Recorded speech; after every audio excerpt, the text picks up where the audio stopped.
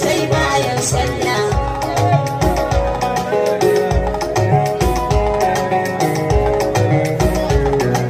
za mu je Allah da nasibi maulidin kadamar mauludan an wato sai bayan sallah rabbana bana mun gode kai mu mutanen Allah zakirai kuma masu salati masu kaunar bayan Allah kai jama mu salati Allah dan mutuncin manzan Allah